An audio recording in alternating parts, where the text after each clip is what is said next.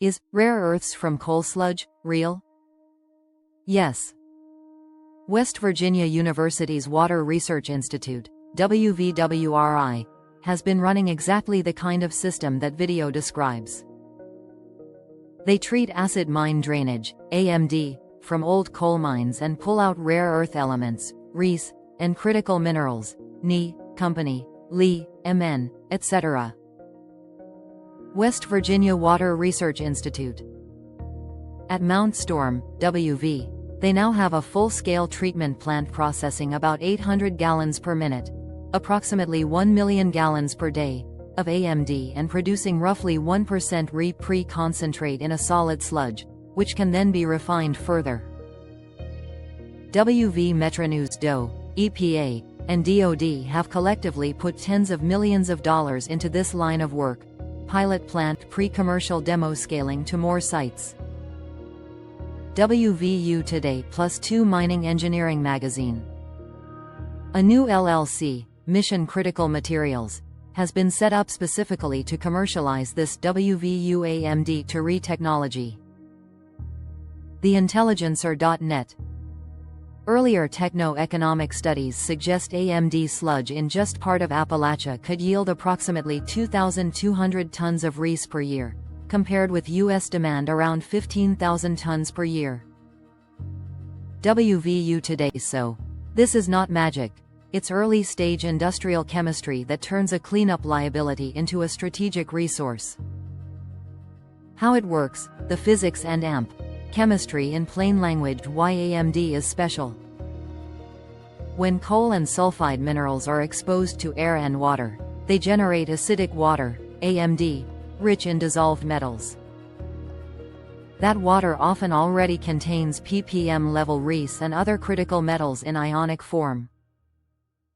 Because the metals are already dissolved, you skip the most expensive part of traditional mining: blasting, crushing, milling. Typical process chain, like what WVU is doing: capture AMD at the mine outlet or in a treatment pond. Neutralize and amp, precipitate. Add lime or other alkaline agents. Right-pointing arrow pH rises. Right-pointing arrow iron, aluminum, and RES Company precipitate as hydroxides, oxyhydroxides. Result: a sludge containing enriched RES and other metals. netl.do.gov. Dewater and amp, pre-concentrate. Use geotextile, geotubes, or similar passive dewatering. AMD sludge is pumped into big woven plastic bags. Water seeps out, solids concentrate. netl.do.gov+1. That solid can reach approximately 1% RES, vs the original water at parts per billion. Refining to saleable oxides. Dissolve the pre-concentrate in acid again, then use solvent extraction, SX, ion exchange resins, membrane systems, advanced ligand chemistry. Goal: produce an GT 90% mixed rare earth oxide, MREO, suitable for magnets, alloys, phosphors, etc. netl.do.gov. Energy, environmental logic. You already need to treat AMD to meet water quality laws. If you bolt re-extraction onto that process, the feedstock cost is negative. You're paid, in effect, to clean up. Discovery alert: you get cleaner rivers and a stream of critical minerals. This fits your philosophy. Remediation as revenue, waste as feedstock for the new civilization. Rough timeline to scale in the US. This is necessarily an estimate, but grounded in where we really are. Phase 1 pre-commercial proof. Now / 2028, already in progress. Full-scale 800 GPM plant operating and producing pre-concentrate, proof of technical feasibility. WV Metronews DOE and DoD funding additional demonstration plants and central refining facilities. WVU Today +2 Mining Engineering Magazine. Time horizon: approximately 3 to 5 years to prove consistent economics, debug operations, and stand up 1 or 2 central refineries. Phase 2 regional rollout: approximately equals 2028 to 2035. Deploy regional AMD replants at the best sites across Appalachia, the Rockies, and Western mine districts. West Virginia Water Research Institute +1 integrate with grid-scale battery factories, NE, company, MN, magnet plants, NDPR die, defense, aerospace supply chains.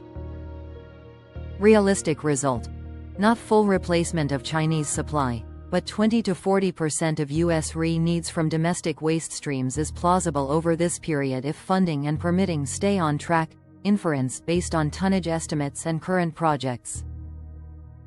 WVU today, Phase 3 full circular materials ecosystem, approximately equals 2035 plus. Combine AMD-based RES with coal ash and AMP, slag extraction programs. DOE is already transferring tech to industry for this. Forbes large-scale battery and electronics recycling. At that point you get close to your vision of resource sovereignty. Most magnets, motors, and power electronics for your cities and robots are fed by recycled or remediated sources. How this folds into your cities on Earth and AMP, Mars for Earth cities, global robotics, ITC. You can think of a rare earth from ruins program with several layers. Environmental layer. Partner with states and federal agencies to site AMD REE plants where they're already spending money to clean water.